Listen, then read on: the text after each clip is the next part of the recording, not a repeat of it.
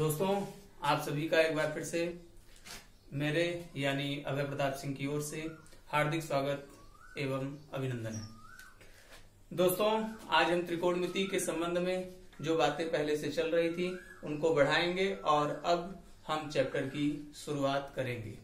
अभी तक हम लोग त्रिकोणमिति के बारे में आधारभूत चीजें सीख रहे थे, है ना।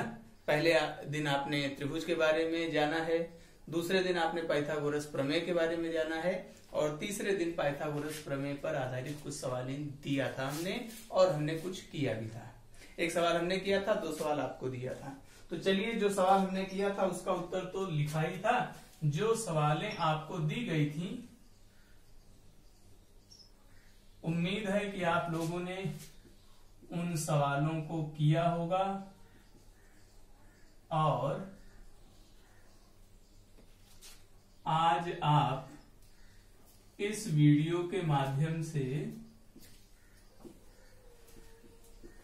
सवाल के उत्तरों की जांच कर लेंगे, है ना।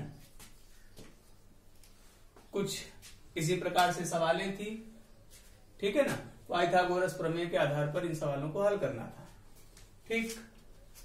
तो जिन्होंने हल किया होगा इसका उत्तर 25 प्राप्त किया होगा और यह जो क्वेश्चन मार्क है इसका उत्तर 12 सेंटीमीटर आना चाहिए, ठीक है।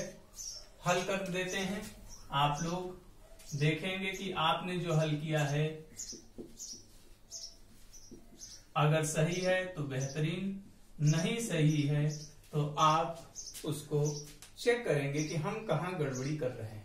ये सामान्य सवाल है, छोटे मोटे अगर आपको जोड़ घटाना पक्षांतरण की सामान्य विधियां आती हैं तो ये सवालें आप हल कर सकते हैं, ठीक है। पाइथागोरस प्रमेय क्या था? कर्ण वर्ग बराबर लंब वर्ग प्लस आधार वर्ग, ठीक है। हम कर्ण को k से लिख रहे हैं, लंब को l से और आधार को a से लिख रहे हैं। यहां पर 90 अंश के सामने होने की वजह से कर्ण का मान 25 है, लंब जो खड़ी रेखा है उसका नाम AB है और उसका मान 7 है। 25 का स्क्वायर करने पर 625 प्राप्त होगा, 7 का स्क्वायर 49 होगा A स्क्वायर। जैसे ही आप 49 को इधर ले आएंगे माइनस होगा, घटाने की क्रिया करेंगे, 15 में से 9 गया 6, 11 में से 4 गया 7 और 6 में से 1 गया 5, ये बराबर आधार स्क्वायर। तो जानते होंगे 576 24 का स्क्वायर होता है और इसलिए आधार की वैल्यू 24 सेंटीमीटर आनी चाहिए थी, ठीक है। आशा है आप लोगों ने ऐसे ही किया होगा। जो भी सवालें करें उसको ठीक ढंग से करें, है ना। शॉर्टकट में करने का अभ्यास बाद में, जो भी सवालें आपको अभी दी जाएंगी उसको पूर्ण रूप से, जैसे हमने हल किया है, चित्र बनाया है, प्रमेय का उल्लेख, प्रमेय के नाते सूत्र का उल्लेख, सूत्र में वैल्यू रखना और पक्षांतर करके जितने भी स्टेप का प्रयोग हमने किया है सभी स्टेप आपको करने चाहिए। इसमें भी अगर हम यही लिखें पाइथागोरस प्रमेय, तो पाइथागोरस प्रमेय क्या? कर्ण वर्ग बराबर लंब वर्ग प्लस आधार वर्ग। देखें अगर आप ध्यान से तो 90 अंश के सामने वाली भुजा जिसको कर्ण कहते हैं, है ना, उसका मान कितना है? 13। लंब माने खड़ी रेखा, खड़ी रेखा का मान कितना है? 5।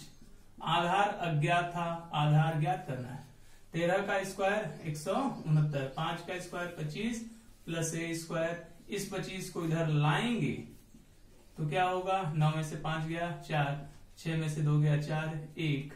जो वर्गमूल कक्षा 8 में पढ़े थे याद होगा, तो 144 12 का वर्ग होता है।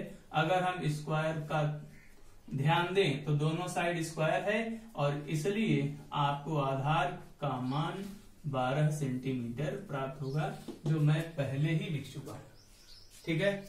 उम्मीद है कि आपने इन प्रश्नों को हल किया होगा। जिन्होंने नहीं हल किया है उनके लिए मैंने हल करके एक रास्ता तैयार कर दिया है कि अभ्यास करते रहें। दोस्तों, यह भी ध्यान रखें कि आपकी किताब में मतलब कक्षा 10 में, कक्षा 11 में त्रिकोणमिति में जहां भी इस प्रकार की सवालें हों, लंब दिया हो, आधार दिया हो, कर्ण ज्ञात करना हो, या कोई भी एक भुजा ज्ञात करनी हो, तो उन सभी सवालों को आप अपनी किताब से देख के हल करेंगे और उत्तर माला में चेक करेंगे। कोई समस्या होगी तो आप कमेंट के तौर पर अपना उत्तर, अपना प्रश्न भेज सकते हैं। मैं एक दिन संदेह निवारण के लिए एक अलग से ही वीडियो बनाऊंगा, जिसमें आपके कमेंट के उत्तर आपको मिल जाएंगे। जैसे अभी एक दो कमेंट आए हुए हैं कि पाइथागोरस प्रमेय को बौधायन प्रमेय क्यों कहा जाता है ना? तो इसके पीछे भी एक तथ्य है, उस तथ्य पर चर्चा हम उस वीडियो में अलग से करेंगे। तो आपके कमेंट में देखता रहता हूं, आप अपने कमेंट में जो भी शंका होगी, संदेह होगा, जिस बात को भी लेकर आपके मन में प्रश्न उठे वह उसमें पूछ सकते हैं। चलिए आप चैप्टर पर देर नहीं करते हैं, सीधे चैप्टर पे पहुंचते हैं। हमारे चैप्टर का नाम है त्रिकोणमिति। पहले दिन इस चैप्टर का नाम लिखा गया था, लेकिन अभी तक हम लोग यहां पहुंचे नहीं थे। अब समय आ गया है कि हम त्रिकोणमिति पर विस्तृत चर्चा करें। चलिए, तो आज की हमारी हेडिंग शुरू होगी त्रिकोणमिति से ही।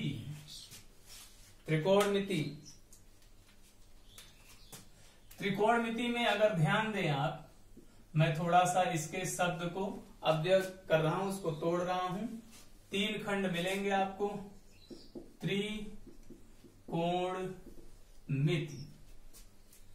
त्रि माने क्या होता है? त्रि माने 3, कोण माने तो कोण है ही, झुकाव कहते हैं, मिति माने होता है माप। 3 कोण किसमें होते हैं? 3 कोण किसमें होते हैं? तो 3 कोण होते हैं त्रिभुज में। चतुर्भुज में 4 कोण, पंचभुज में 5 कोण होते हैं, है ना? तो त्रिकोण मतलब 3 कोण, 3 कोण मतलब किसमें होंगे? त्रिभुज में। तो त्रिभुज से संबंधित मापें, त्रिभुज से संबंधित मापों का अध्ययन किसमें किया जाता है? त्रिकोणमिति में किया जाता है। तो यहां 2 अर्थ है, एक तो इसके शब्द से आता है, एक इसकी परिभाषा को लेकर है। मैं दोनों चीजें आपको लिख भी दे रहा हूं, समझा भी दे रहा हूं। ध्यान से समझेंगे और अपनी नोट्स को हमारे लिखे गए वाक्यों से कंप्लीट करते जाएंगे। तो ध्यान दीजिएगा, त्रिकोणमिति का शाब्दिक अर्थ होता है। शाब्दिक मतलब जो शब्द से निकलकर आ रहा है। शाब्दिक अर्थ है 3 कोणों की माप। ये तो शब्द का डायरेक्ट जो अर्थ आ रहा है वो मैंने लिखा हुआ है। इसकी परिभाषा क्या है त्रिकोणमिति की? ध्यान से देखें तो गणित के अंतर्गत आप पढ़ रहे हैं तो इसकी परिभाषा दी जाती है, गणित की वह शाखा जिसके अंतर्गत त्रिकोण माने त्रिभुज की भुजाओं और कोणों में पारस्परिक संबंधों का अध्ययन, पारस्परिक संबंधों का अध्ययन किया जाता है, त्रिकोणमिति कहलाती है। ध्यान से सुने आप। त्रिकोणमिति में मैंने कहा एक उसका शाब्दिक अर्थ है, त्रि माने 3, कोण, मिति माने माप, 3 कोणों की माप। ये तो शाब्दिक अर्थ हुआ। इसकी परिभाषा क्या है? गणित की वह शाखा जिसके अंतर्गत त्रिभुज की भुजाओं और कोणों में पारस्परिक संबंधों का अध्ययन किया जाता है। मतलब कोण का संबंध भुजा से क्या है, भुजा का संबंध कोण से क्या है ना। तो ये जो संबंध है कोण और भुजा, मैंने एक दिन आपसे कहा था, पहले ही लेक्चर में कहा था कि त्रिभुज के दो ही मुख्य अंग होते हैं, एक भुजा दूसरा कोण, और इन्हीं दोनों में जो पारस्परिक संबंध है उन संबंधों का जो अध्ययन है, उन संबंधों का अध्ययन ही गणित की जिस शाखा के अंतर्गत किया जाता है उसी का नाम है त्रिकोणमिति। ठीक है ना। तो गणित की वह शाखा जिसके अंतर्गत त्रिभुज की भुजाओं और कोणों में पारस्परिक संबंधों का अध्ययन किया जाता है त्रिकोणमिति कहलाती है। चलिए बात आगे बढ़े, हम लोग हेडिंग लिखें आगे, त्रिकोणमितीय अनुपात, इसको कहते हैं ट्रिगोनोमेट्रिक रेशियोज। त्रिकोणमितीय अनुपात ये क्या है, नाम से परिचित हूं तो अच्छी बात है, नहीं है तो ध्यान से सुनेंगे। तो त्रिकोणमिति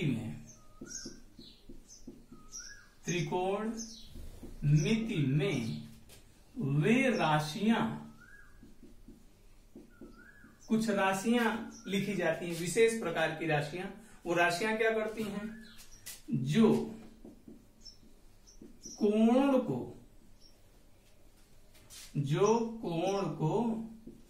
समकोण त्रिभुज की, जो कोण को समकोण त्रिभुज की दो भुजाओं के अनुपात से, त्रिकोणमिति में वे राशियां जो कोण को, किसी भी कोण को, तीन कोण होते ही हैं, तो किसी कोण को समकोण त्रिभुज की दो भुजाओं के अनुपात के रूप में व्यक्त करती हैं, त्रिकोणमितीय राशियां कहलाती हैं। त्रिकोणमितीय राशियां कहलाती हैं। ठीक है, ध्यान से सुनिएगा। तो त्रिकोणमितीय अनुपात क्या है, पहली बात तो इसके शब्द में जाते हैं। त्रिकोणमिति में अनुपात, किसका अनुपात, भुजाओं का। किसकी भुजाओं का, तो समकोण त्रिभुज की दो भुजाओं के अनुपात। तो त्रिकोणमितीय अनुपात क्या करता है, त्रिकोणमितीय अनुपात किसी कोण को समकोण त्रिभुज की दो भुजाओं के अनुपात से संबंधित करता है, उसको उससे जोड़ता है। त्रिकोणमिति में करते क्या है, त्रिकोणमिति में भुजा और कोण में संबंध पढ़ते हैं, और वह संबंध जिससे व्यक्त होता है, समकोण त्रिभुज की भुजा का उसके कोण से संबंध जिस राशि द्वारा प्रदर्शित होता है, जिन राशियों द्वारा प्रदर्शित होता है, उसी को कहते हैं त्रिकोणमितीय अनुपात। तो त्रिकोणमितीय अनुपात कुछ प्रतीक हैं, कुछ शब्द हैं, शब्दावलियां हैं, वो क्या करती हैं, वो भुजा के अनुपात को कोण से जोड़ती हैं। मतलब कोण और भुजा में जो संबंध है, वह जो संबंध जिस राशि से व्यक्त होता है, उसी को कहते हैं त्रिकोणमितीय अनुपात। ठीक है, अब ध्यान से सुनिएगा। त्रिकोणमितीय अनुपात कुल 6 प्रकार के होते हैं।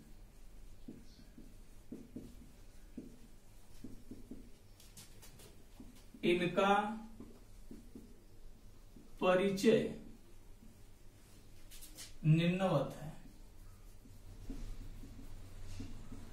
देखिए, एक होता है साइन। एक त्रिकोणमितीय अनुपात क्या है, साइन। एक बात आपको ध्यान रखनी होगी, कोई कहे कि सर साइन कैसे बोलेंगे, इसको तो सिन बोलना चाहिए।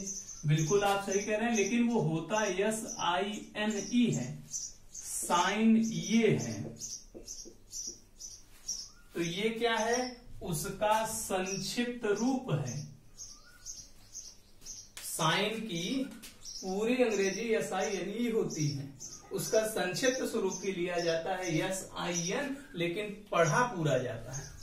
तो इसको अंग्रेजी में क्या कह रहे हैं हम, इसको हम अंग्रेजी में कह रहे हैं साइन, और इसका नाम हिंदी में ज्या है। दूसरा कौन है, कॉस। ठीक है, कॉस को कहते हैं, यहां पर तो हम बोल रहे हैं कॉस, इसको कहते हैं कोज्या हिंदी में। ठीक है ना, कॉस का भी पूरा नाम ये है, कोसाइन। ठीक है ना, उसका संक्षिप्त स्वरूप ही लेते हैं COS। यहां कोसाइन बोलते हैं, यहां पर जब उसको लिखते हैं COS उसको कॉस बोलते हैं। इसी प्रकार से सबका है। अगला आपका आएगा टैन, इसको टैन बोल रहे हैं, और हिंदी में इसको कहते हैं स्पर्शज्या। एक बात आपको बताऊं, ये जितने त्रिकोणमितीय अनुपात हैं, इन पर विस्तृत चर्चा आर्यभट्ट ने की हुई है। तो आर्यभट्ट उसको हिंदी में ज्या कहते थे, कॉस को कोज्या कहते थे, वहीं से इनके हिंदी नाम आए हुए हैं। तीन ये मुख्य हैं, तीन ये मुख्य हैं, और तीन इसी के जैसे हैं, इसके जस्ट उल्टा।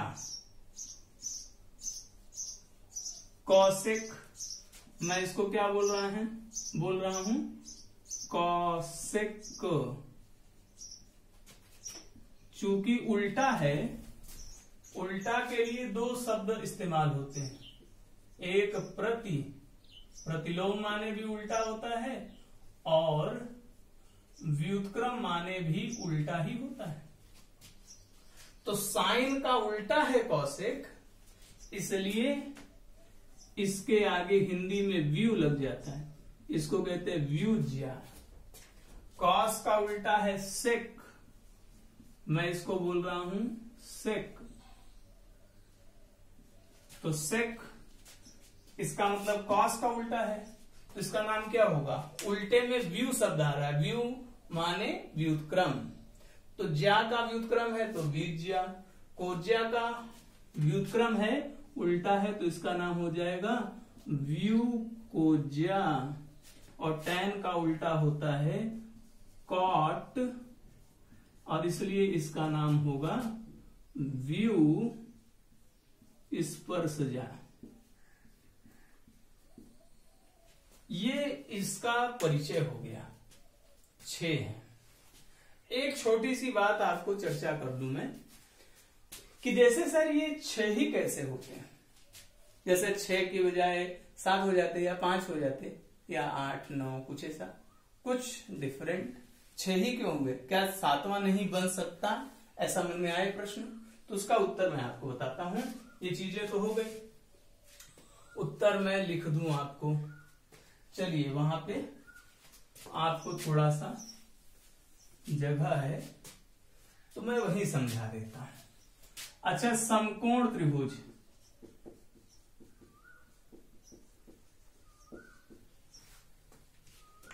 एक बात बताएं आपको, त्रिकोणमिति हर प्रकार के त्रिभुजों पर लागू होती है। ध्यान से सुनिएगा, त्रिकोणमिति के अंदर सभी प्रकार के त्रिभुजों का अध्ययन किया जाता है। त्रिकोणमिति सभी प्रकार के त्रिभुजों के लिए अपना विस्तार करती है, लेकिन अनुपात हमेशा किस त्रिभुज में लिखे जाते हैं, समकोण त्रिभुज। तो त्रिकोणमिति का दायरा समकोण त्रिभुज, न्यून कोण त्रिभुज, अधिक कोण त्रिभुज, और भुजाओं के आधार पर जो थे समबाहु, संधिबाहु, विषमबाहु, सभी पर समान रूप से लागू होता है। उसका क्षेत्र इन सभी के लिए, इन छहों के लिए है, लेकिन त्रिकोणमिति अनुपात केवल एक त्रिभुज के लिए परिभाषित है। वह भी कौन सा त्रिभुज, समकोण त्रिभुज। ठीक है ना, त्रिकोणमिति का क्षेत्र सभी त्रिभुजों के लिए है, लेकिन अनुपात किसके लिए परिभाषित है, समकोण त्रिभुज के लिए। समकोण त्रिभुज में 3 भुजाएं होती है ना? कौन कौन सी? कर्ण, लंब, आधार। होता नहीं होता? 3 भुजाएं होती है समकोण त्रिभुज में, कर्ण, लंब, आधार। मैं कहूं आपसे कि आप इसमें से 2-2 भुजा लो, है ना? 2-2 भुजाओं का अनुपात बनाओ। देखना आप ध्यान से, तो आप क्या करोगे? इन 3 में से 2 लेना है और अनुपात बनाना है। तो कोई कह रहा है सर पहला बना लिए हम लंब बटे कर्ण। एक ने कहा सर ऐसा करते हैं, लंब की जगह कर देते हैं आधार। कर्ण बटे कर्ण कर नहीं सकते, क्योंकि 2 कर्ण तो है नहीं कि कर्ण बटे कर्ण हो जाए, कर्ण तो एक ही है। तो ये सब एक बार ले सकते हैं आप। तो लंब बटे कर्ण हुआ, आधार बटे कर्ण हुआ। अब कर्ण किसी के बटे में आ नहीं सकता, और क्या हो सकता है? आगे बढ़ सकते हैं, लंब बटे आधार कर सकते हैं। कोई कहे सर इसका उल्टा भी तो कर सकते हैं, मतलब कर्ण बटे लंब कर सकते हैं, कर्ण बटे आधार कर सकते हैं, और आधार बटे लंब कर सकते हैं। अब इसके अलावा कोई भी अनुपात बन नहीं सकता। त्रिकोणमितीय अनुपात भुजाओं के अनुपात के रूप में लिखे जाते हैं। जो भी त्रिकोणमितीय अनुपात हैं वह भुजाओं के अनुपात के रूप में लिखे जाते हैं। और समकोण त्रिभुज में भुजाओं के अनुपात कुल 6 ही हो सकते हैं, इसीलिए त्रिकोणमितीय अनुपातों की संख्या 6 ही होती है, 7 न होती है और न हो सकती है। ठीक है ना? क्योंकि इन 6 मॉडल के अलावा कोई 7वां मॉडल बन ही नहीं सकता। इसीलिए त्रिकोणमितीय अनुपात समकोण त्रिभुज की भुजाओं के अनुपात के रूप में लिखे जाते हैं, जो केवल 6 प्रकार से लिखे जा सकते हैं। इसीलिए त्रिकोणमितीय अनुपातों की संख्या कुल मिलाकर कितनी होती है? 6। तो आज के वीडियो के बारे में थोड़ी सी चर्चा कर लेते हैं। सबसे पहले जो 2 सवालें थी उनका उत्तर मैंने बताया। पहली सवाल में कर्ण अज्ञात था, उसका मान 25 आएगा। दूसरी सवाल में आधार अज्ञात था, उसका मान 12 आएगा। दूसरी चर्चा हुई त्रिकोणमिति पर। त्रिकोणमिति क्या है? 3 कोणों की माप, है ना? त्रिभुज के कोण और भुजा में संबंध का अध्ययन। त्रिभुज की भुजाओं और कोणों में जो संबंध है उसका अध्ययन किसके अंतर्गत किया जाता है? त्रिकोणमिति के अंतर्गत। और यह जिस संबंध से जुड़े होते हैं, कोई कोण समकोण त्रिभुज की भुजाओं से जिस संबंध द्वारा जुड़े होते हैं उसी को कहा जाता है त्रिकोणमितीय अनुपात। तो समकोण त्रिभुज का प्रत्येक कोण, ध्यान से सुनिएगा, समकोण त्रिभुज का प्रत्येक कोण त्रिभुज की भुजाओं के अनुपात के रूप में लिखा जा सकता है।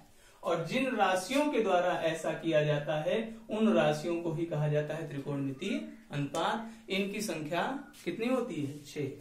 पहला साइन, है ना, कॉस, टेन, और 3 इनके उल्टे हैं। साइन का उल्टा कॉसेक, कॉस का उल्टा सेक, टेन का उल्टा कॉट, है ना। साइन का हिंदी नाम जा, कॉस का हिंदी नाम कोज्या, टेन का हिंदी नाम स्पर्शजा। उल्टा होने की वजह से व्युत्क्रम का व्यू शब्द आ गया है सब में। साइन का उल्टा है इसलिए व्यूज्या, व्यू कोज्या, और यहाँ पे आया व्यू स्पर्शजा। बात ध्यान रहेगी। अभी केवल छोटी छोटी बातें हुई हैं। कल यह बताऊंगा कि इसमें से त्रिकोणमितीय अनुपात क्या करता है। त्रिकोणमितीय अनुपात को भुजाओं के अनुपात के रूप में लिखा जा सकता है। तो साइन इसमें से कौन से अनुपात को धारण करेगा, कॉस इसमें से कौन सा अनुपात है, इस पर चर्चा करेंगे। आज के लिए इतना ही। ध्यान से मन लगा के पढ़िए। जो भी देखिए, जितना भी वीडियो देखिए, पूरा वीडियो देखें आप, है ना। उसमें छोटी से छोटी बात जो भी आपको लगे कि इसमें सुधार होना चाहिए, संशोधन होना चाहिए, हमको संदेह है, आप अपने संदेह को कमेंट के रूप में दूर कर सकते हैं। शेष आपका दिन शुभ हो। हमारी तरफ से धन्यवाद। नमस्कार।